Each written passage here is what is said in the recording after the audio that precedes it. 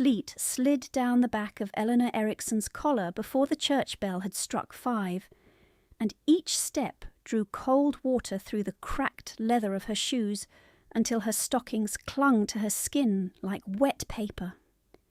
She kept both hands around the wicker basket beneath her shawl, as if warmth could be made by pressure alone, though her gloves were split at the fingers and the silver inside wrapped only in butcher paper. The paper had softened in the weather. One corner had already gone translucent where melted sleet touched polished metal. She walked faster when she saw 2 market men glance at the basket, and then at her face, because every glance held the same question now. Why was a gentleman's daughter on the pawn lane in darkness, carrying family plate like stolen goods? The mud of the coaching road reached her ankles. The hem of her dress dragged and grew heavier. She did not stop to lift it. Lady Ericsson had said the candlesticks must be sold before breakfast fire was laid in the drawing-room. Lady Ericsson had also said there would be no breakfast for delay. The pawn-shop shutters were half open when Eleanor arrived. A clerk with the yellowed cuffs made her wait in the threshold while he finished his bread and dripping. The smell reached her first, salt and fat and warm yeast, and her stomach drew tight enough to hurt. She kept her eyes on the wall behind him, where iron hooks held 3 men's watches and a violin missing 1 string. Rain tapped the pane. A coal scuttle sat near the brazier and gave off enough heat to sting the backs of her knees through wet wool. When the clerk finally took the basket, he peeled back the paper with 2 fingers, as if touching her burden might stain him. "From whom?" he asked without looking up. "Lady Ericsson of Northwick Hall," Eleanor said. The name still opened doors in town, though less quickly than it once had. The clerk gave a short sound through his nose and weighed each candlestick separately, then together, then separately again, making a show of mistrust. "These are old work," he said. "Dented." They were not dented. He dented one with his thumb while he spoke. He named a figure less than half their worth. Eleanor said, "You paid double that for the tea urn in November." His eyes lifted then, slow and flat. "You wish to teach me my trade, miss?" She should have stepped back. She knew it as soon as he rounded the counter. Yet she had not slept enough to soften her tongue, and hunger had sharpened the edge she spent most days swallowing. "I wish only to receive what was promised last time," she said. The clerk's hand struck her wrist, quick and mean, knocking the receipt ledger from her fingers. Her knuckles hit the oak lip of the counter. Pain flared white, then throbbed. He leaned close enough that she could smell stale ale beneath his breath. "You receive what I write," he said, "or you carry your silver home and explain to Lady Ericsson why her debts remain." The choice was no choice at all. Eleanor signed where he pointed. Red spread in a neat crescent across the skin beside her thumb. The clerk watched it and smiled without warmth.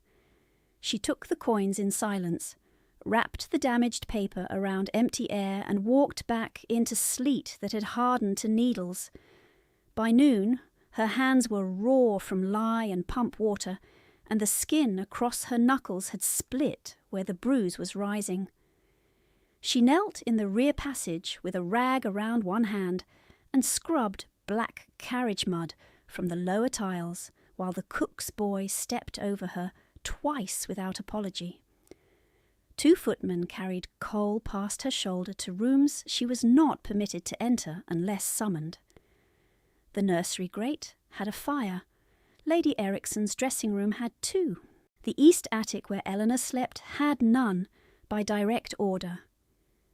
"Coals are wasted on stubborn girls," Lady Ericsson had said the week before, as if thrift were a virtue and cruelty an accounting method. Eleanor hauled one scuttle up the back stairs anyway, not for herself, but for old Mrs. Davies in the linen room whose cough had deepened with the weather. She set 2 fist-sized lumps by the woman's grate and covered them with ash so they would burn slowly. No one thanked her. Mrs. Davies only lifted her eyes once, quick and wet, then looked away before either of them could be seen feeling anything. The drawing-room above the scullery passage filled at 1:30. Eleanor knew the hour by sound. First the carriage wheels grinding against gravel, then the front bell, then silk against silk. Lady Ericson's laugh carried through floorboards as clearly as dropped cutlery. Lavender perfume drifted down the stairwell in faint, sweet waves that turned Eleanor's empty stomach again. She sat on the second-to-last step of the back passage, where the draught from the yard met the kitchen heat and made the air smell of coal, wet wool, and onion peel. Her meal was 2 crusts, 1 heel of stale bread, and the end of yesterday's broth thickened to paste in a chipped bowl. She ate quickly before she could taste it. Above her, Lady Ericson was telling callers that Eleanor was delicate in all the useless ways and sturdy in none but of the useful ones, plain as parish paper, and fortunate beyond reason to be tolerated under so generous a roof. The callers made agreeable sounds. Eleanor could not see their faces, but she knew the rhythm of polite cruelty. It came in murmurs and little breaths of laughter, as if pain offered at table were a confection. She had once sat in that drawing-room beside her father with a Latin primer on her knees and ink on her cuff. Her father had corrected her declensions by tapping each error with the stem of his pipe. "Again," he had said, never unkind, "precision is a mercy to thought." His hands had always been warm, even in winter. He had died in a week of fever 3 years before, while snow sealed the lower road, and the physician from Ellingford arrived too late with bark and linen. After the burial, Northwick's accounts passed to his widow under temporary authority that never became temporary. Temporary permissions hardened into habit. Habits hardened into law by silence. Eleanor's music tutor was dismissed first, then her French lessons, then the apothecary subscriptions her father had paid so she might continue to read medicine with proper texts. The carved walnut table where he had taught her now served as ledger desk for men who smelled of wet wool and debt ink. She polished that table every Thursday. She was not permitted to sit at it. In the thin hour before dusk, while the upstairs callers still lingered over tea and almonds, Eleanor slipped into the old study with a candle stub hidden in her sleeve. The room had been stripped in increments so gradual no one could name when it ceased to be a study and became storage. 2 shelves remained. One held tax rolls. The other held her father's ledger, bound in cracked calfskin, and left behind only because no creditor saw value in pages of dosage notes, household remedies, and careful observations written in a small, precise hand. Eleanor opened to the place she had marked with pressed rosemary gone brown at the edges. The scent had faded almost to nothing, yet when she crushed the leaf between finger and thumb, she could still summon for one breath the sharp green of summer at the herb wall. She copied 3 lines by borrowed light: willow bark for fever, honey and vinegar for throat swelling, rest in warm air where possible. She paused at that last phrase and looked at her own hands, damp and reddened, the knuckles swollen where oak had met bone. Warm air where possible. She almost laughed, but there was no room in her chest for laughter, and no safety in the sound. The door opened without knock. Lady Ericson's silk spoke before her words did, that expensive rustle like dry leaves over stone. "There you are," she said, "hiding again among dead things." Eleanor closed the ledger at once, and stood. "I was inventorying old papers, madam." Lady Ericson's gaze dropped to the candle, then to Eleanor's cuff, where ink had marked a narrow crescent. "Do not lie badly," she said. "It insults us both." She crossed to the mantel and lifted a figurine only to set it down harder than necessary. Her perfume was rose tonight, heavier than lavender, cloying in the stale room. "You will present yourself clean at 7, hair-pinned, grey dress, not the blue. The Duke of Harrowmere dines with us." She let the title rest between them like a blade laid flat. "You will serve at the sideboard and keep your eyes lowered. You will speak only if spoken to. If asked, you will say your health has kept you from company, not your temper." Her smile was small and polished. "Try for one evening not to look so grateful for martyrdom." "Yes, Lady Ericsson," Eleanor said, because refusal would cost Mrs. Davies her coals and the kitchen girl her Sunday half-hour, and perhaps the old groom his position, since punishment in that house was rarely precise. Lady Ericsson moved to the doorway and paused. "And Eleanor," she added without turning, "the Duke is not a parish patient. Do not imagine your little notes make you useful in rooms that matter." Then she was gone, silk fading down the corridor, scent lingering after absence like accusation. Eleanor stood still until the sound of footsteps disappeared toward the front staircase. The candle guttered. Wax ran over her knuckle and cooled there in a pale bead. She wiped it away with her thumb and reopened the ledger to the rosemary mark, not to read but to touch the page where her father's hand had pressed deepest in the downstroke of each letter. Outside, sleet struck the window in hard bursts. In the passage below, someone called for more coal. She closed the book, wrapped it in plain linen, and hid it behind the empty atlas case before lifting the water pails again, because by the time the dining-room candles were lit, every surface in that house would need to shine enough to reflect people who had never once looked down. She carried the water pails down the service passage until the iron handles carved narrow crescents into her palms, then up again by the front stair where guests must never see strain, and each ascent past the dining-room door left ajar for polishing, so that the walnut table waited in full candleless exposure, broad and dark and patient, as if it remembered both the weight of her father's books and the lighter weight of Lady Ericsson's jewelled wrists. The silver branchwork at the centre had been reduced over months to mismatched pieces. The pair she had sold that morning left 2 pale circles in the polish like ghost marks. She set one pail down, wrung out the cloth, and worked each place setting until the forks reflected her in broken slivers, all forehead and shadowed eyes, and a mouth held level by effort. Above the mantel her father's portrait still faced the wall, because Lady Ericsson said a dead man's gaze chilled conversation, though she had not removed the frame itself, perhaps because she enjoyed the theatrical cruelty of his back turned upon his own house.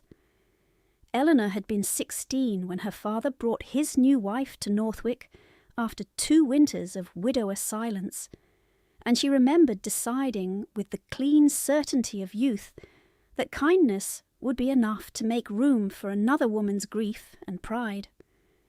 Her own mother had died when Eleanor was 11, not in drama, but in slow dimming, and the house had gone quiet in a way that felt respectful, then lonely, then permanent. When Lady Ericsson arrived with trunks and 2 daughters and lacquered boxes of scent, she filled that silence at once.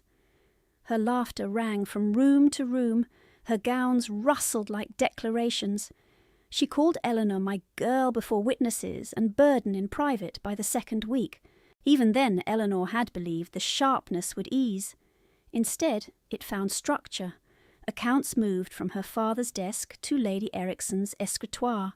Keys changed hands. Old servants were dismissed for insolence that had looked to Eleanor like memory. After the fever took him 3 years later, Lady Ericsson unfolded a sheaf of legal papers with black ribbons still tied from mourning, and informed her that temporary stewardship of household funds was only prudent until debts were settled, and prudent became absolute, while creditors came through the front hall in damp boots to discuss arrears over tea, poured by the daughter whose inheritance was being itemised in front of her. The debt itself was real. Her father had borrowed against future harvests to keep tenant families through a failed season and to replace a washed bridge on the lower road.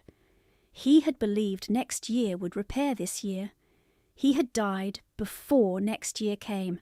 Lady Ericsson did not create the hole, but she widened it, skimming rent into private accounts, renewing liens at harsher terms, then speaking of sacrifice while Eleanor sold candlesticks at dawn.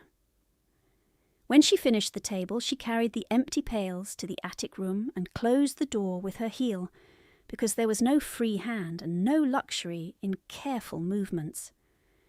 The room smelled of damp plaster, lamp smoke, and the faint medicinal bite of dried rosemary from the linen packet hidden behind loose brick.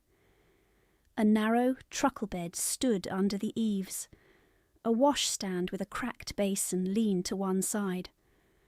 On the peg by the door hung the grey dress Lady Ericsson had ordered, brushed so often the nap had gone thin at hip and cuff. The blue dress, her mother's old walking dress, altered twice for Eleanor's smaller frame, had been taken from this room 2 winters before by Miss Clara Ericsson, who had held it against herself in the mirror and declared the colour wasted on a girl made for cellar light.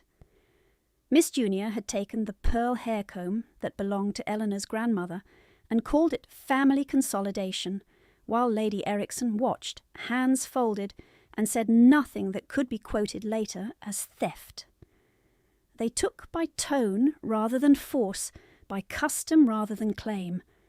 Gloves, ribbons, books, even a shawl her father bought in York when she was 13 and fevered. If Eleanor objected, she was hysterical.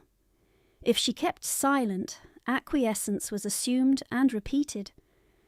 She stripped off the wet petticoat and rubbed her legs with coarse toweling until the skin stung awake, then dressed quickly in chemise and stays, drawing laces with one hand because the other had swollen around the knuckles. At the mirror shard propped on the sill, she pinned her dark hair low at the nape and tucked loose strands behind ears still reddened by cold. Her face did what it always did at such moments, emptied itself. It had learned that expression could be read as defiance. Downstairs a door banged, and Miss Clara's voice carried up in a high, bright line, complaining that the pheasant sauce smelled provincial. Junior answered with a laugh and asked whether the Duke preferred brunettes or blondes. Lady Ericsson replied that men of rank preferred obedience above and all 3 laughed in practised harmony. Eleanor opened her small workbox and checked what remained. 2 hairpins, thread ends wound on card, 1 button of mother of pearl kept without purpose except memory. At the bottom lay a folded page from her father's hand, copied receipts and treatment notes, and in the margin 1 sentence she had traced so often the paper had gone soft. Keep your mind when others spend theirs. She set the page back, closed the lid, and slid the box beneath the bed where even malice might fail to notice it. By the 1/4 before 7, the house had shifted into its formal pulse. Footmen moved with controlled haste. Kitchen steam rolled through the lower corridor carrying clove, roasting marrow and burnt sugar from the custard crust. Eleanor descended to the still room for vinegar water to brighten the sideboard glass, and met Mrs. Davies at the turn of the stair, the old housekeeper wrapped in a wool shawl so mended it resembled cartography. "You are pale," Mrs. Davies murmured, not stopping. "I am clean," Eleanor answered, because cleanliness was the requirement that could be met. In the butler's pantry she aligned decanters by height and checked labels twice, aware of every place where her life had narrowed to precision in service of people who called her ornamental at best, parasitic at worst. She had once studied French verbs at this same hour, She had translated Virgil aloud while rain touched the panes. She had attended her father on tenant rounds with satchel and notebook, writing pulse counts and tincture doses in a hand he praised for steadiness. After his death, Lady Erikson sold the language grammars first because foreign books fetched immediate money, then cancelled the Physician's Journal subscription because women had no use for medical reports, then locked the old surgery cabinet and dismissed Northwick's infirmary maid. "Charity begins with solvency," she told the vicar while ordering new silk from London.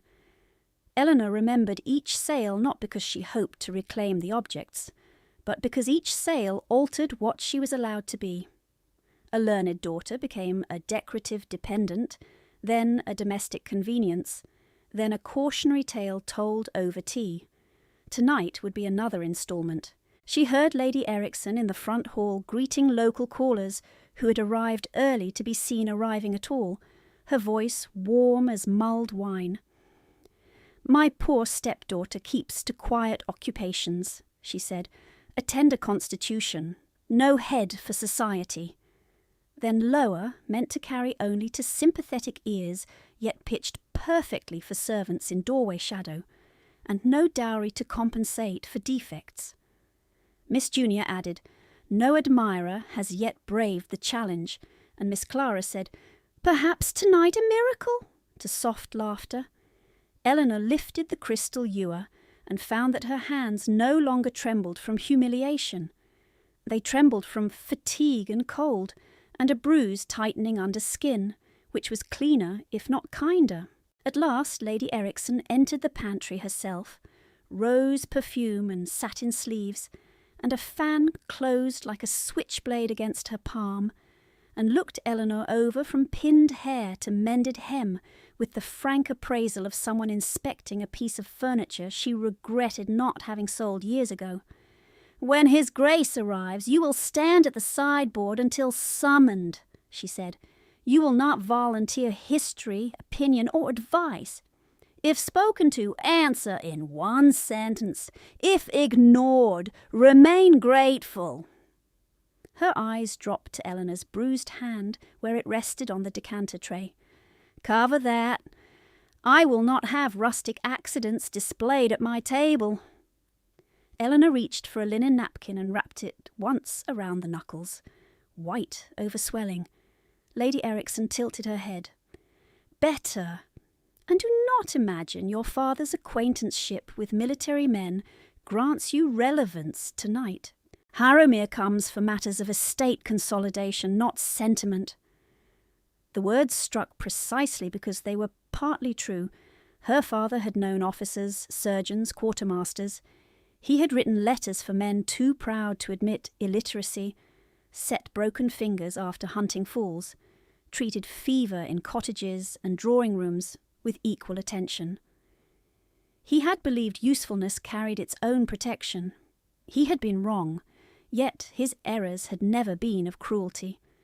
Eleanor lifted the tray, met Lady Erikson's gaze only once, and answered, "Yes, madam." She moved past her into the corridor where candlelight had begun to pool along the runner and reflected in the windows as double flames against darkening glass. At the dining-room threshold she paused long enough to straighten the salt cellar exactly between two settings, then took her place by the sideboard with her eyes lowered and her back straight, carrying in her body the full weight of the years that had brought her there and refusing, with the last of her strength, to let that weight bend her before anyone arrived. The first knock did not sound like a knock at all. It sounded like wood struck by force, then the iron rattle of the front latch thrown back too fast, then a man's voice from the hall, sharp with command and not from this house. Eleanor lifted her head before she could stop herself. In the dining room candles had just been lit and not yet steadied. Each flame bent in the draught as if the room itself had flinched. Lady Erikson turned from the hearth with annoyance already set upon her mouth, ready to rebuke a servant for noise. But the second sound reached them before she spoke. A heavy thud against the entry tiles, boots sliding, someone gasping through clenched teeth. Footsteps broke into a run across the corridor runner. A footman appeared in the doorway without announcing himself, rein on his shoulders, face gone grey. "Madame," he said, breathless, "a carriage horse took fright at the lower bend. His Grace is here. Mr. Harrowmere is hurt." For one suspended beat, no one moved. Miss Clara gave a thin little cry and pressed a handkerchief to her lips, as if blood might leap from the walls. Miss Junior stared past the footman toward the hall, eyes bright with scandal before concern. Lady Ericsson snapped open her fan with a crack. "Then why are you in this room?" she said. "Take him to the morning parlour. Send for doctor. Pelham at once." The footman hesitated, and in that hesitation the corridor behind him filled with motion. 2 coachmen under a burden between them, a dark greatcoat streaked with sleet, a young man half conscious and shivering, his right sleeve cut open to the elbow where a makeshift splint sat tied with torn cloth. Eleanor saw the knot and knew at once it had been done quickly in weather and with competent hands. She also saw the angle beneath the wrapping and knew it had slipped. The young man gave a low sound that was not theatrical and not meant for sympathy. It was pain-forced, narrow. By the time they reached the threshold, cold air had pushed fully into the dining room, carrying wet leather, horse sweat, and the metallic scent of storm water over stone. Lady Ericsson stepped back to preserve her satin hem. "Not here," she said sharply. "Have you all gone witless? This is a formal table." The man in the greatcoat lifted his head. Rain ran from his dark hair to the line of his jaw. A pale scar cut from cheekbone to chin like a blade mark faded by years. His eyes crossed the room once, taking inventory with the speed of a soldier under fire, and landed on Eleanor, where she stood beside the sideboard in grey wool and a linen strip around her bruised hand. "You," he said, not loud, absolute. "Come here." The command was addressed to her as if rank were already settled between them, and refusal had no place in the grammar. Eleanor moved because the young man was shaking hard enough that the splint creaked, because Dr. Pelham lived 5 miles away and roads were ice and mud, because her father's notes sat hidden behind an atlas case and were useless unless someone acted. She crossed the length of the room with her tray still in one hand, set it down on the nearest chair, and knelt on polished floorboards that had never been meant for triage. The greatcoat man crouched opposite, one gloved hand braced on the injured shoulder to keep the limbs still.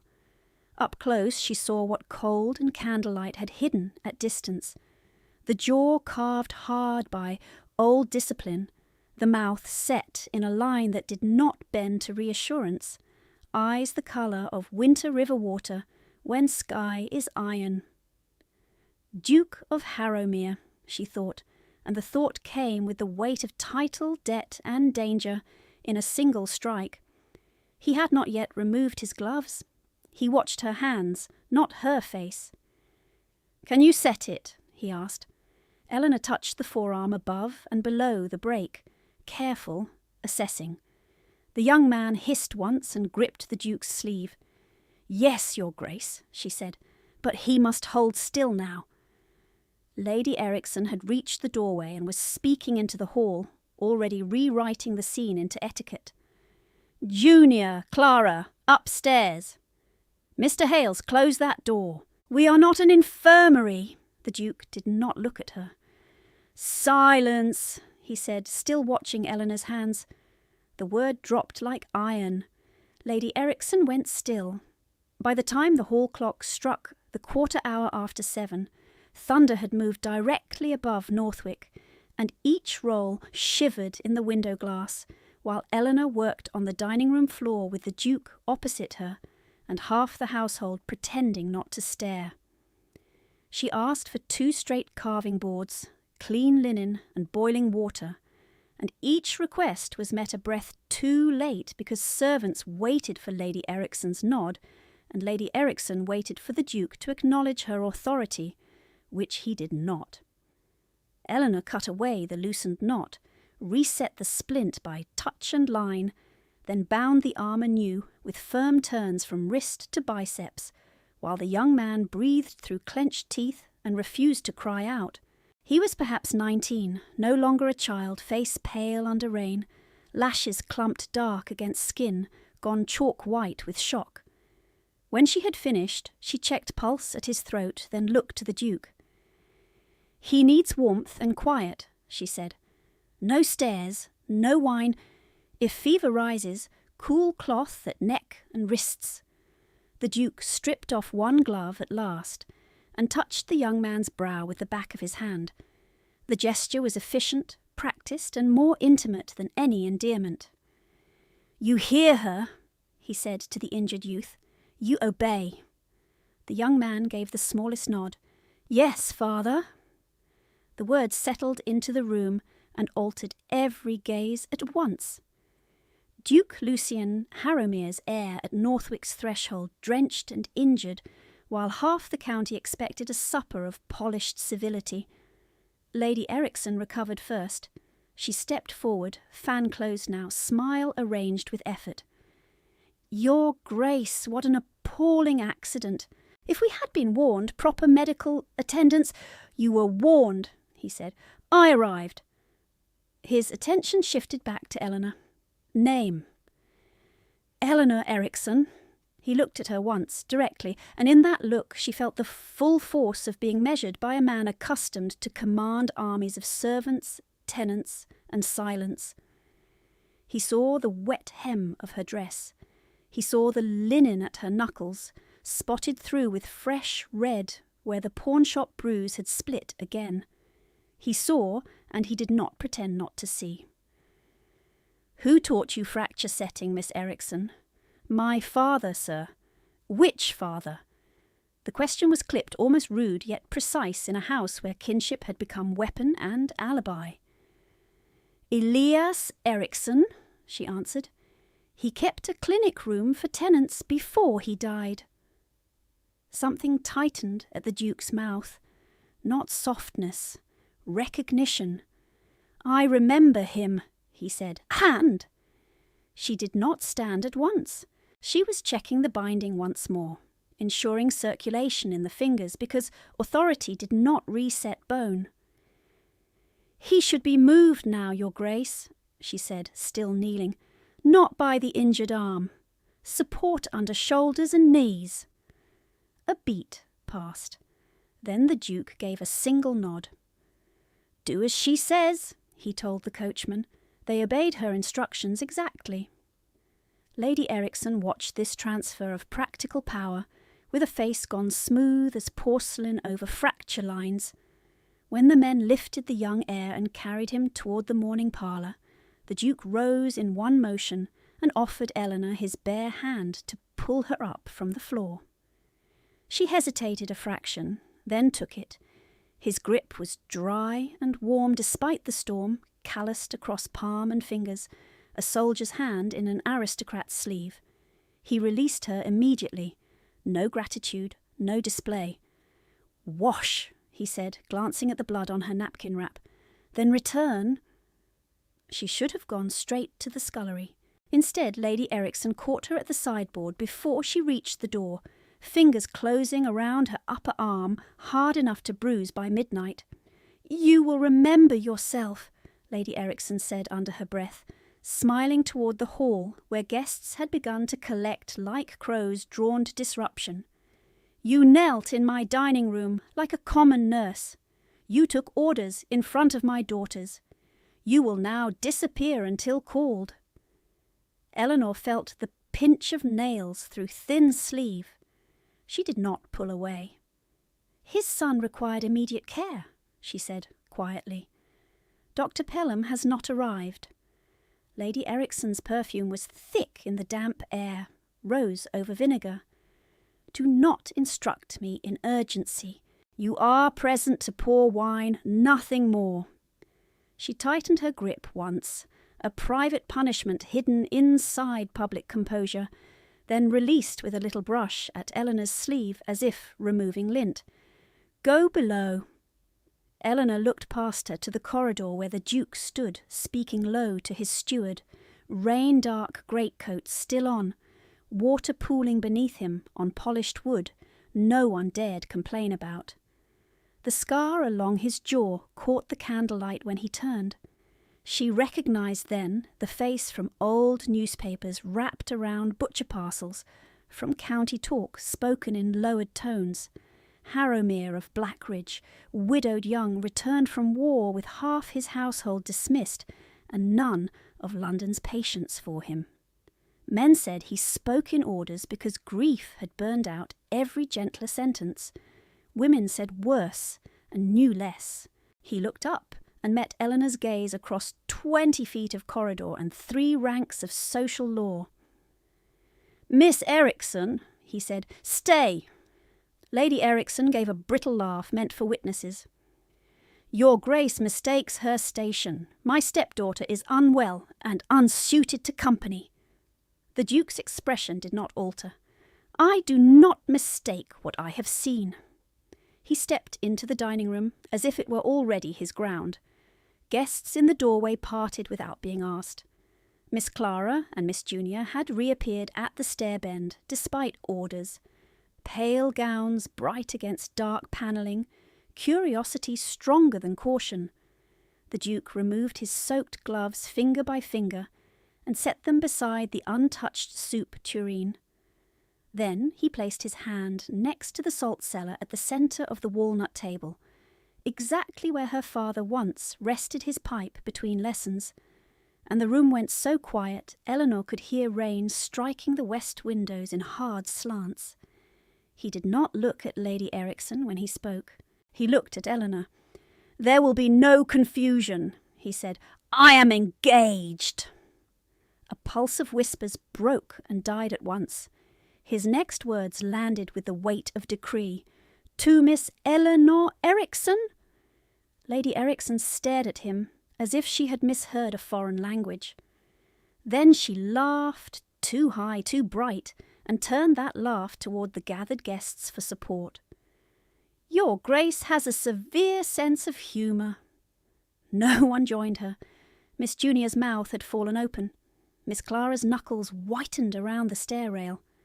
Eleanor stood where she had been told to stand, blood drying under linen at her hand, cold water still in her shoes, and felt the floor tilt beneath long trained composure. She could not breathe deeply enough to steady the room. She could not weep, not here, not while every eye measured whether she would beg or preen or collapse. The Duke waited. His face was unreadable stone. Lady Erickson stepped toward him, silk hissing. "This is indecent," she said softly through her teeth. "You cannot announce such a fiction at my table." He turned his head a fraction. "It is no fiction." Her fan snapped open again, though her hand shook. "Eleanor, leave this room." Eleanor moved one step toward the sideboard, not the door. She reached for the salt cellar because her fingers needed one simple task that would not fail. She lifted it, crossed the narrow space, and placed it beside the Duke's hand. Porcelain clicked softly against walnut. She said nothing. Porcelain against walnut was the smallest sound in the room, yet it held longer than thunder. Lady Erickson's fan trembled once, then steadied.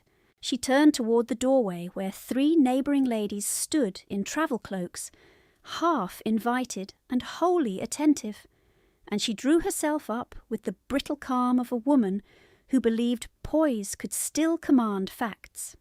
"His Grace is fatigued from the road," she said. "You have all witnessed a misunderstanding born of accident and weather." A cry cut through her sentence from the morning parlour, not loud, strangled, the sound of a young man trying not to call for help. Eleanor's head turned at once. The Duke's did not need to. He had already moved. He crossed the dining room in 4 strides, coat hem dark with rain and left the door swinging behind him. A footman hovered in the corridor with a warming pan and did not know where to stand. Lady Ericsson took one furious step after them, then checked herself because guests were watching. "Mr. Hales," she snapped, "close that door. We dine." No one moved to sit. Another sound came from the parlour, the scrape of furniture, the dull strike of porcelain dropped on hearthstone. Eleanor set down the linen she still held around her hand and went after the Duke. "Elena!" Lady Ericsson's voice sharpened like wire. "Return to your place." Eleanor did not break stride. "If he falls into fever now, supper will not save him." She heard the intake of breath behind her, heard Miss Junior whisper her name in scandal, heard silk rush as Lady Ericsson advanced. But the parlour threshold was already in front of her, and the smell told her the truth before sight did. Wet wool, lamp oil, and the sour heat of shock. The Duke's son lay on a chaise dragged too near the fire. His face had gone blotched red and white. His breath came fast and shallow. The binding on his arm held, but his fingers were cold at the tips, and his jaw shook with chills. A maid stood with a steaming posset she had been ordered to bring. The Duke took the cup from her and set it untouched on the mantel when Eleanor entered. "Report," he said. She touched the young man's brow, then his throat, then the pulse at his wrist. "He is overheating at the core and shivering at the skin. Pull him back from the grate. He needs dry linen, not more heat. The splint remains true." The young man opened his eyes with effort. They were grey like his father's and rimmed with pain. "I can hear all of you," he muttered. "I am not dead." "Then keep proving it," the Duke said, and his hand closed once over his son's shoulder, firm enough to anchor, not gentle enough to lie. Eleanor looked toward the maid. "Bring 3 basins. Cool water, not icy. Cloths clean enough for a christening. Tell the kitchen I need willow bark, if any remains. And honey. Quickly." The maid looked to Lady Ericsson, who had appeared in the doorway with Clara and Junior behind her, their skirts gathered clear of a spill they had not offered to wipe. "This is absurd," Lady Ericsson said. "Dr. Pelham is coming. We shall not turn the parlour into a charity ward." The Duke's gaze never left his son. "Your physician is not here." "He will be." As if summoned by defiance, another servant came running from the hall, mud to his knees, chest heaving. "Madame, your grace, the lower bridge is washed over. Dr. Pelham sent word he cannot pass in darkness. He will attempt at first light." Lady Ericsson's face changed by 1 degree. No more, but Eleanor saw it. Fear, then calculation. "Then he shall be comfortable until morning," she said. "Martha, more blankets." "Not blankets," Eleanor said. Lady Ericsson swung toward her. "You forget yourself daily and now hourly." "He has a fever climbing from exposure and pain," Eleanor replied, each word flat with effort. "Pile blankets on him, and you will trap heat he cannot lose." Lady Ericsson stepped into the room. Rose perfume overwhelmed the medicinal smells for one suffocating instant. "You are a dependent in my house. You will not countermand me in front of guests." The Duke finally looked up. "She already has." He said no more. He did not need to. The maid fled for water. The next half-hour moved in hard fragments. Eleanor cut away the rain-damp shirt from the young man's chest with sewing shears brought from the still-room. She set warmed bricks at his feet, wrapped in flannel, not on his trunk. She loosened his cravat and checked his pupils against lamp flame. She made him drink 2 swallows at a time to keep down nausea.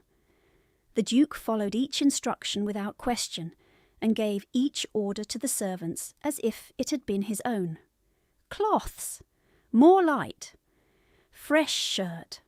His voice stayed low, clipped, controlled. Control was all he had, and he spent it where she pointed. In the corridor outside, guests drifted and whispered and retreated. Dinner cooled untouched on silver that had cost her father more than was wise and brought his daughter less than crusts. Clara entered once, paused by the piano with a lace handkerchief to her nose, and said, "Must we all be held hostage to this spectacle?" Junior answered from the doorway, "A heroine always requires an audience."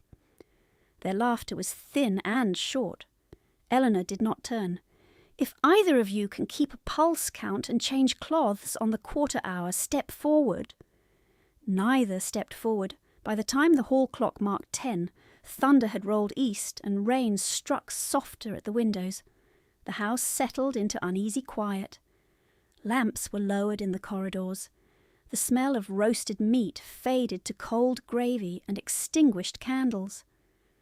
From the hidden pockets sewn inside her grey skirt, she drew the folded copied leaves she had carried down before service in case memory failed her. In the parlour, heat from the grate brushed one side of Eleanor's face, while the other stayed cold from the draught under the sash. She sat at the chaise with a folded ledger on her lap, her father's hand copied in her own script where pages had torn, and read in a steady voice because the young man's breathing eased when the cadence remained even. "Willow for fever in measured draught," she read. "Do not force sleep. Watch for confusion worsening after the second hour." The Duke stood in the doorway now, not near the hearth, not near his son. He had removed his greatcoat and changed nothing else. His shirt cuffs were still damp. He had not sat once. Servants came to him with questions and left with monosyllables. He watched Eleanor's hands, the clock, his son's face, then the clock again. Near 11, Lady Ericsson returned with renewed composure and a tray borne by a footman. Wine, crystal, sugared biscuits, the performance of gracious concern. "Your Grace," she said softly, "you must keep your strength. Miss Eleanor has done what she can. A hired nurse from Ellingford can be fetched by dawn." Eleanor laid the cloth across the young man's forehead and answered before the Duke spoke. "If he wakes disoriented, he needs familiar voices and immediate response, not a stranger learning the room." Lady Ericsson ignored her and addressed the Duke. "She is overtired and emotional. You saw her behaviour at table." The Duke took one glass from the tray and set it untouched on the mantel beside the posset. "Miss Ericsson remains." "Your Grace, this is my household." His stare settled on her as cold as riverstone. "No, tonight it is my son's sick room." Lady Ericsson's nostrils flared. "A servant has no right to lay hands repeatedly on your heir." Eleanor lifted her eyes then. Fatigue had burned away caution until only precision remained. "Then let rank cure his fever." Silence struck the room. Even the fire seemed to draw inward. Clara made a small, shocked sound. Junior whispered, "How dare she?" with more awe than outrage. Lady Ericsson went white beneath powder. "You insolent! Enough!" The Duke did not raise his voice. He did not look at anyone but Eleanor. "Continue." Lady Ericsson stood very still for a long beat, then inclined her head by a fraction that was less submission than deferred war. She turned and left with her daughters in a rustle of silk and offended perfume. The footman with the tray followed, eyes fixed on the carpet. Midnight passed. Eleanor did not mark it by clock, but by ache. Her injured hand had begun to throb in rhythm with the pulse she counted at the young man's neck. Her lower back burned from leaning. Her throat was raw from reading aloud. She changed cloths, adjusted splint ties, coaxed broth by spoon, and spoke when he surfaced from fevered dozing. "My lord, can you tell me your name?" "Adrian," he murmured once, and a second later, sharper, "Do not call me my lord when I feel like carrion." "Very well, Adrian. Drink." He obeyed her as he had obeyed no one else in that room. At 1:30 he woke, frightened, eyes unfocused, breath quick. "The wheel!" he said. "It came apart." "You are at Northwick," Eleanor told him. "Your arm is set. You are safe." His gaze darted past her shoulder. "Father, I am here." The Duke moved at once, one step, then stopped at the edge of lamplight, as if some old rule inside him would not permit more. Sleep. Adrian's jaw unclenched by degrees. His eyes closed. Eleanor pretended not to see the Duke's hands. Both were shaking. Toward 2, Mrs. Davies slipped in with a fresh kettle and a look that took in everything and judged nothing aloud. She set the kettle near Eleanor, touched her sleeve once in silent question, and received the same in answer. "Stay possible! Stay not possible!" Mrs. Davies nodded and left a small heel of bread wrapped in cloth by the ledger without comment. Eleanor did not eat it. She would later, if later came quiet. Rain stopped near 3. The windows went black and reflective, turning the room inward. Fire settled to red coals. Adrian's fever broke in uneven waves. Sweat cooled on his temples, then returned, then cooled again. Eleanor tracked each change in whispers to herself that were barely words, just measures and intervals and reminders from memory. She had no proper instruments. She had cloth, touch, and attention. Her father had called attention the first medicine and the last. At 4, Adrian slept without jerking awake. His pulse, while still fast, no longer raced. Eleanor changed the cloth one final time and sat back for the first full breath in hours. The movement sent pain through her shoulders so sharp she shut her eyes against it. When she opened them, the Duke was no longer at the doorway. He stood beside the mantel 2 paces away, so still she had not heard him cross. The lamplight carved his face into planes of exhaustion and restraint. The scar along his jaw had gone white against unshaven shadow. He looked at his son, then at the copied ledger in her lap, then at the linen around her bruised knuckles darkened again by use. "You were struck today," he said. It was not a question. Eleanor's fingers tightened on the ledger edge. "The matter is irrelevant." "Not to me." She met his gaze and found no softness there, only attention sharpened to a blade. "I'm tired, Your Grace. If you require a statement, ask after sunrise." For 1 second she thought she had gone too far. His mouth hardened. Then, unexpectedly, the corner shifted.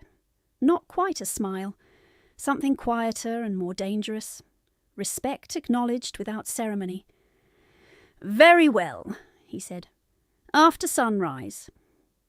He looked as if he might say more. He did not.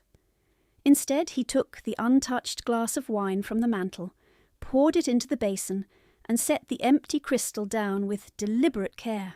At the window, the east edge of sky had begun to pale by a shade no one would call morning yet. The house remained hushed, as though all of Northwick were listening at closed doors. Eleanor eased the ledger shut, rose on unsteady legs, and nearly pitched forward when blood rushed from her knees. The Duke's hand closed around her elbow before she could fall, warm, steady, released at once. "Sit," he said. "Adrian may wake." "I will wake you." The command was blunt, almost harsh. Care in the only language he trusted. Eleanor lowered herself to the chair beside the chaise because argument would waste strength she no longer had. She folded her hands over the closed ledger and watched Adrian breathe. Across from her, the Duke took the threshold position again, sentinel and witness both, and did not move as the first thin light reached the glass. The first thin light reached the glass and found the dust on it. The old wavering panes, the streaks where rain had dried in crooked lines. Eleanor watched Adrian's chest rise and fall and told herself she would close her eyes for only 1 breath. The chair was hard. Her spine ached to the base of her skull. Her injured hand had gone from sharp pain to a deep pounding that seemed to come from the bone itself. Across from her, the Duke of Harrowmere stood at the threshold exactly as he had promised, a dark, unmoving line between her and the corridor, as if sleep itself required guard. Adrian made a restless sound and turned his head toward the wall. Eleanor pushed herself upright at once, but Lucien was already beside the chaise. He did not call for her. He did not call for servants. He laid 2 fingers at his son's throat, counted under his breath, then looked to her. "Still fast," he said, "less erratic than before." Her voice scraped. "He is leaving the worst of it." Lucien gave one nod. "Then you will drink this." He held out a cup she hadn't seen him pour. Steam lifted from it in a pale thread. It smelled of weak tea and honey. Eleanor shook her head. "My lord, he may wake disoriented again." "He will wake whether you fall or not." She almost answered with habit, with apology, with refusal wrapped in politeness. Instead she heard the mien beneath his tone and the care hidden inside it, and she took the cup. The porcelain warmed her fingers through the linen wrap. The first swallow hurt her throat. The second settled.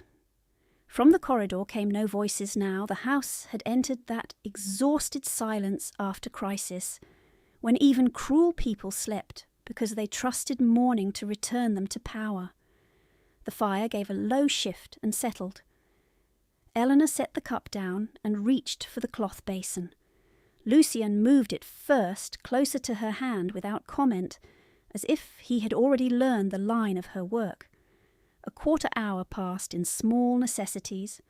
Cloth changed, pulse counted, a spoonful of water at Adrian's lips when he stirred. By the time the first milk cart rattled faintly along the road below Northwick's east wall, the sky outside had gone from iron to pearl. Eleanor rose to carry the used linens to the side table. The room tipped. She caught herself on the chair back. Lucien's hand closed around her forearm, firm enough to stop the fall, then remained there 1 beat longer than required. His thumb touched the edge of the bruise darkening under her sleeve. He looked at it. Then he looked at the split skin at her knuckles, at the ragged cut where dried blood had cracked open again. "Who?" he said. It was not inquiry in drawing-room form. It was a demand stripped to bone. Eleanor drew her arm back slowly. "A clerk in town." "Name?" "I did not ask for one." His jaw tightened. The scar along it pulled pale. "You went to town in this weather with plate wrapped in butcher paper. You came back bleeding. You served dinner with wet hems and no gloves fit for autumn. You call that irrelevant." His gaze held hers with cold precision. "I call it evidence." The word landed between them, heavy as law. She had spent 3 years learning to make harm sound accidental. She had spent 3 years naming bruises as clumsiness, hunger as constitution, silence as temperament. No one had ever spoken of evidence. Evidence belonged to men with seals and offices and the right to be believed. "I was sent to pawn silver at dawn," she said at last. "The price offered was false. I spoke. He corrected me." Lucien's mouth flattened. "Lady Ericsson sent you alone?" "Yes. Without escort." "Yes." He turned away for 1 pace, stopped, then returned to his position by the chaise, as if reining in something hard and immediate inside himself. When he spoke again, his voice had gone quieter, which made it more dangerous. "You will not leave this house alone again." "My lord, that is not yours to command." His eyes met hers. "It is now." Adrian stirred, saving her from response. His lashes fluttered. He swallowed and opened his eyes, unfocused at first, then settling on Eleanor's face with effort. "You are still here," he murmured. "Yes." His mouth twitched in something like apology. "I was ungracious." "You were fevered." He shifted, hissed once at the pull in his arm, and looked past her to his father. "Did I shout?" Lucien answered without softening. "Twice." Adrian closed his eyes briefly. "Then I retract it." He looked back to Eleanor. "Thank you, Miss Erikson." The words were simple. The effect was not. Gratitude from an heir spoken in full consciousness, heard by his father, in this house where she had been called a burden before witnesses for years. Eleanor inclined her head because she did not trust her voice. A knock sounded at the half-open door. Mrs. Davies entered with fresh water and a folded blanket over one arm. Her gaze moved from Adrian's clearer face to Eleanor's unsteady posture to the Duke's expression, and sharpened with quiet understanding. "The kitchen fire is built, Your Grace," she said. "The doctor has sent another message. Bridge still impassable." Lucian took the blanket from her and crossed the room. Eleanor assumed it was for his son. Instead, he set it around Eleanor's shoulders with abrupt care, not meeting her eyes while he did it. The wool smelled faintly of cedar chest and sun, old clean cloth kept for better rooms. "Stay covered," he said. Mrs. Davies looked down at the basin to hide what was almost certainly relief. Footsteps came fast in the corridor before anyone could reply. Silk brushed the doorframe. Lady Erikson entered without waiting to be announced, dressed for morning calls in pale blue satin, as if the night had been minor inconvenience rather than rupture. Clara and Unia followed half a pace behind, faces arranged in sympathetic concern that never reached their eyes. "How much longer must this continue?" Lady Erikson asked, taking in the room and deciding what story she would tell of it. "His fever has plainly eased. Miss Eleanor may return to proper duties." "No," Lucienne said. One word. No strain, no volume. Final. Lady Erikson's smile thinned. "Your Grace, you are fatigued. You mistake household order for insult."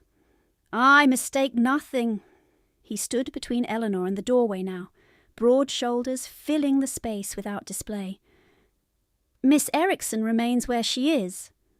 Unia gave a soft laugh meant to sound light. "Our stepsister thrives on theatrics. Truly, Your Grace, she will nurse anyone if given an audience." Eleanor felt heat rise under her skin, then flatten into cold. She set the cloth down very carefully and did not answer. Lucien's head turned toward Junior. His stare was winter water. "If you speak of her again, choose accuracy." Clara drew in breath to protest. Lady Erikson lifted a hand, stopping her daughter without taking her eyes off the Duke. "This is my house," she said. "You forget yourself." He did not move. "No, Lady Erikson, you have mistaken her position for your convenience." Silence followed, taut and immediate. Even Clara went still. Lucian stepped aside just enough to reveal Eleanor seated beside his son, blanket at her shoulders, ledger on her lap. "She kept him alive through the night while you argued for supper service and appearances," he said. "You will address her accordingly." Lady Erikson's chin lifted. "And how precisely would your Grace have me address a dependent who lives on my charity?" The Duke's gaze did not flicker. "As Miss Erikson, or not at all." The words could not be withdrawn. They were spoken before witnesses. They altered the room as surely as a wall raised in stone. Lady Erikson's nostrils flared. Colour rose along her throat above the lace collar. For one instant her mask slipped and Eleanor saw naked hatred there, old and practised, sharpened now by fear. Then the mask returned, smooth and brittle. "Very well," she said. "If his Grace insists on overturning custom in a sick room, I shall not contend before an invalid." Adrian, eyes closed, said hoarsely, "I'm awake, madam." Lady Erikson gave him a smile made entirely of teeth. "Then you may be pleased to know breakfast will be sent up." "Send broth," Eleanor said before she could stop herself. "No cream." Lady Erikson turned on her. "You presume much." Lucienne answered for her. "Broth, no cream." For a heartbeat, Eleanor thought Lady Ericsson might refuse outright. Instead, she inclined her head by a fraction and turned. Silk whispered. Clara and Junior followed her into the corridor, their perfume trailing behind, like a claim they could no longer enforce as easily. Mrs. Davies closed the door after them. The latch clicked. Adrian exhaled slowly. "Father!" "What?" "You are frightening when you are polite." A brief movement touched Lucien's mouth. Not quite a smile. "Sleep." Adrian obeyed. The room settled again, but not to its earlier balance. Something had shifted and held. Eleanor felt it in her own pulse. She wrapped the blanket tighter and looked at the closed door, as if it might open once more with new demands. Lucien returned to the threshold and resumed his vigil, yet his posture was different now, less guarded against her, more guarded for her. After several minutes he spoke without preamble. "You carry copied notes from your father's ledger in your skirt seam." Her hand went to the hidden pocket by instinct. "How do you know that?" "I saw the fold when you reached for cloth at midnight." He paused. "You read from memory when your voice failed. Then you checked one line for dosage and repeated it exactly." She had not known she was being watched so closely. The knowledge brought a quick, sharp awareness she could not name, half alarm and half something warmer and more perilous. She kept her eyes on Adrian. "Observation is not ownership, Your Grace." "No," his answer came at once, "but it is respect." She turned then, because he had earned that much with the honesty of it. Morning light had strengthened. It showed the exhaustion beneath his eyes, the stubble dark on his jaw, the deep crease between his brows that had not eased in hours. It also showed what his stillness had cost him. He had stood through the entire night. He had not eaten. He had not left the room even when his son slept and social battle might have been postponed. "Sit," she said quietly. 5 minutes. I can wake you if he stirs." He held her gaze. "And I do not sleep while he burns." "He is not burning now. He was." The two words carried more than this night. They carried history she had not been told and did not press to hear. She lowered her eyes first. "As you wish." Another silence followed, this one less sharp. Mrs. Davies returned with broth and oat bread. She set the tray near Eleanor, then hesitated. "For Miss Ericsson as well," she said to no one in particular. Lucien answered without looking away from his son. "She eats first." Eleanor might have refused out of habit. Instead, she took the spoon. The broth was thin and over-salted and tasted like safety. Her body remembered hunger faster than pride. She finished half before noticing. Mrs. Davies had already slipped out again, leaving the door ajar by an inch for air. When Adrian woke once more, fully lucid, he accepted broth, grimaced at the taste, and endured it anyway. He watched Eleanor recheck his bandage and said in a low voice meant only for her, "If my father gives an order, he rarely repeats it." "I have observed. He has repeated yours all night." Eleanor looked up sharply. Adrian's eyes had closed again, but the corner of his mouth moved with weary certainty. By the time the clock in the lower hall struck 7, the light in the parlour had turned clean and merciless, showing every stain, every crumpled cloth, every trace of the long vigil. Northwick was awake. Doors opened and shut below. Voices resumed in cautious threads. Yet, inside the morning parlour, the terms had been rewritten in plain speech and witnessed action. Eleanor sat straighter under the borrowed blanket, her father's copied ledger steady on her knees. Lucien stood at the threshold still, as if anchored there by choice rather than exhaustion, and when a footman appeared with a message and addressed the room with uncertain eyes, the Duke did not glance toward Lady Ericsson's wing. He said, "Give it to Miss Ericsson," and waited while the servant obeyed. The servant crossed the parlour and placed the folded message in Eleanor's uninjured hand, the paper damp at one edge from haste. And when she broke the seal, she saw Dr. Pelham's narrow script first and a second hand below it, firmer from Harrowmere's steward. Dr. Pelham reported the bridge still running high but passable within the hour, and advised continuing the regimen already begun. The steward's line was shorter. Magistrate Cresswell and 2 constables were on the road with the registry extracts his Grace had requested before dawn. Lucian read her face before she spoke. "Say it!" She handed him the paper. He scanned both lines once. "Good." His gaze lifted to Mrs. Davies, who had just entered with fresh coals. "You remain with my son until the physician arrives. No one else gives instructions." Mrs. Davies inclined her head. "Yes, Your Grace."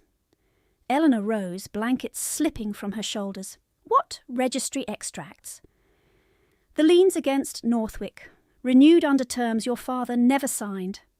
He folded the note and held it out to her again. "Keep this. It answers the doctor and records his delay." He moved to the door. She followed because she was no longer willing to be left out of decisions made over her life. The corridor air was colder than the parlour, and the house had begun its morning theatre, trays moving, doors opening, whispered reports passing faster than fire. At the turn toward a Lady Ericson's private sitting room, they met Clara and Junior descending together in silk wrappers, their expressions sharpened by curiosity and old contempt.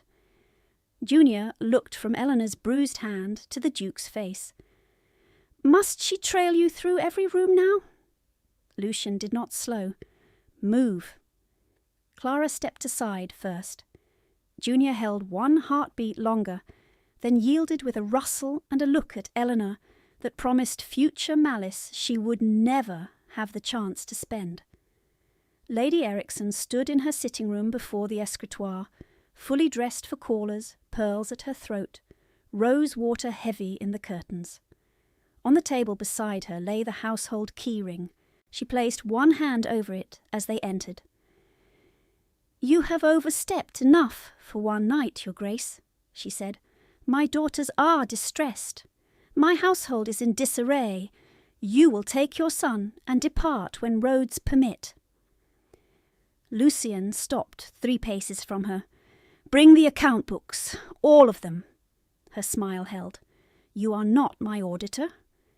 "No, I am the man your husband named in his war correspondence as witness to his debt instruments and intended protections for his daughter."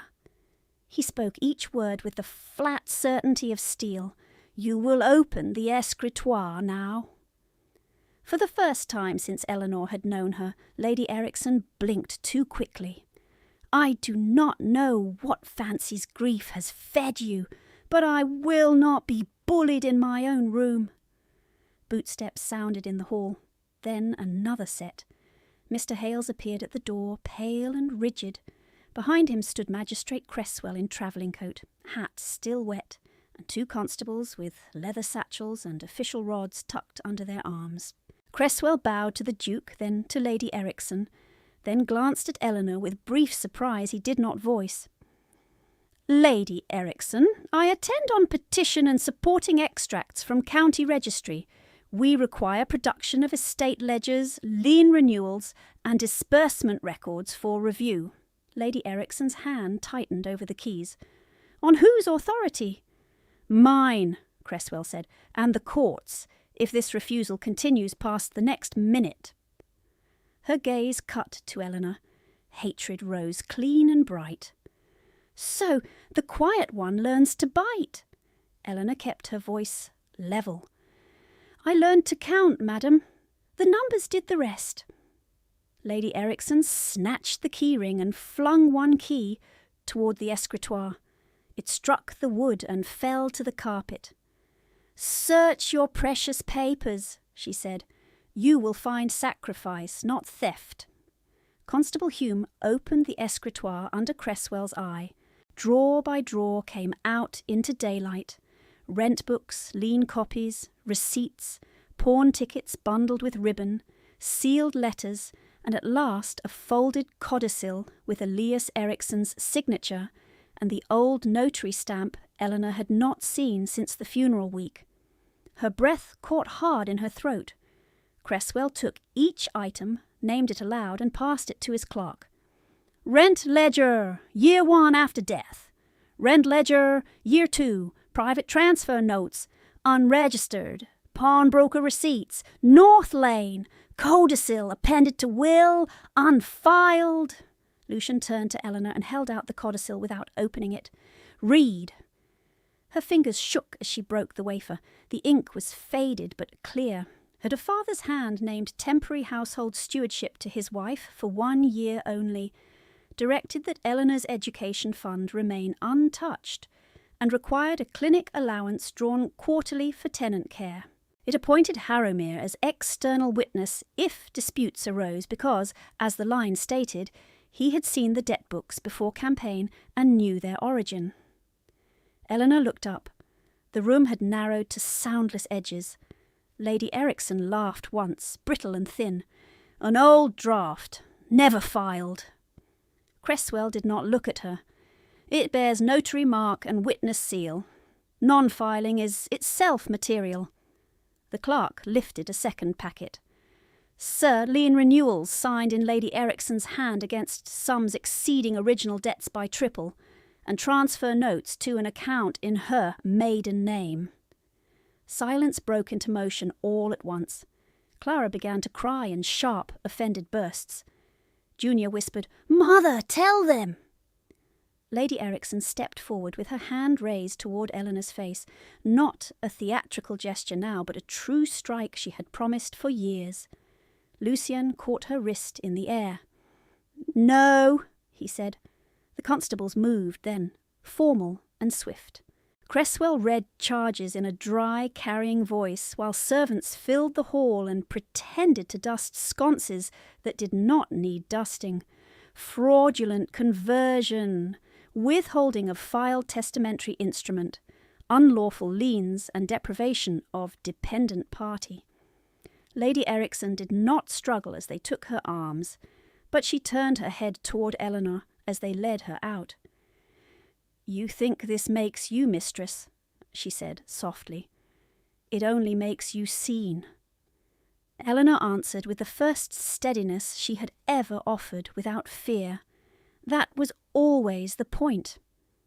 By late morning, Dr. Pelham arrived mud-spattered and annoyed with the river, apologised once to no one in particular, and examined Adrian with brisk competence, while Eleanor stood at the foot of the chaise. He checked the splint, pulse, pupils, chest, then looked to Lucian. Who managed him overnight? Lucian gestured toward Eleanor. Pelham's brows rose. Then whoever trained Miss Ericsson trained her correctly. Continue broth, water and rest. No transport today. External confirmation, no dismissal, no softening required. At noon, with Cresswell still inventorying papers at a side table under Mrs. Davis's watch, Eleanor went to the dining room alone. The walnut table stood where it had always stood. The pale circles left by the missing candlesticks still marked the polish. She crossed to the mantel and turned her father's portrait back toward the room. Dust had gathered on the frame edge where no one touched it. She wiped it with her sleeve. When she turned, Lucian was at the threshold. He carried 2 objects, the dented candlestick pair wrapped in butcher paper, recovered on constable order from the pawnbroker that morning, and a folded vellum marked with a red seal. He set the candlesticks in their old places. The circles did not vanish, but they aligned. Then he placed the vellum between them on the table. A special license, he said, prepared yesterday under assumptions I had no right to keep. His voice roughened, not with uncertainty, but with effort. You owe me nothing, not debt payment, not gratitude, not shelter from scandal. Will you choose this freely now? The house was quiet beyond the door. Even Clara's sobbing had gone distant. Eleanor looked at the licence, then at the man who had entered her father's house in command and stayed through the night in witness. She thought of the ledger hidden behind Atlas' case, of Rosemary crushed to remember summer, of Coles carried in secret, of being told she was tolerated and plain and lucky to disappear. She thought of the word evidence, spoken like a bridge laid over flood water. "Yes," she said, "freely." They married 2 days later in the parish chapel, when roads cleared, with Adrian upright on a cane beside his father, Mrs. Davies, in her mended shawl, and Cresswell present to witness signatures as both magistrate and neighbour. Clara and Junior left Northwick with trunks and no audience. Lady Ericsson was remanded pending hearing. Her loaded looks never ripened into another word. The pawnbroker clerk identified her receipts under oath and never met Eleanor's eyes. By the second week of November, Eleanor stood in the old East Wing at Harrowmere and unlocked the former billiard room that had been closed since Lucien's wife died. Dust sheets came off cots, shelves were scrubbed, a surgery table was brought in from storage and planed smooth. She laid her father's original ledger at the centre, the copied leaves beside it, rosemary pressed between pages now replaced with a fresh green sprig from the courtyard wall. She entered every recovered item in a new account book in her own hand. Codicil filed, liens voided, candlesticks restored, education fund transferred, clinic allowance established. That evening she found Lucien in the doorway watching her label jars by lamplight. He had removed his coat, sleeves rolled, a crate of bandages at his feet he had carried himself because no servant had moved quickly enough for his liking. He did not step in until she looked up. "Where do you want these?" he asked. She pointed to the lower shelf. "There." He set them down with careful hands that had once known only command. He straightened, looked at the room, then at her. The old scar at his jaw pulled when he spoke. "Stay," he said, and this time it was not an order to obey, but a question he had learned to ask. "I am here," Eleanor answered, and remained where she had chosen to stand.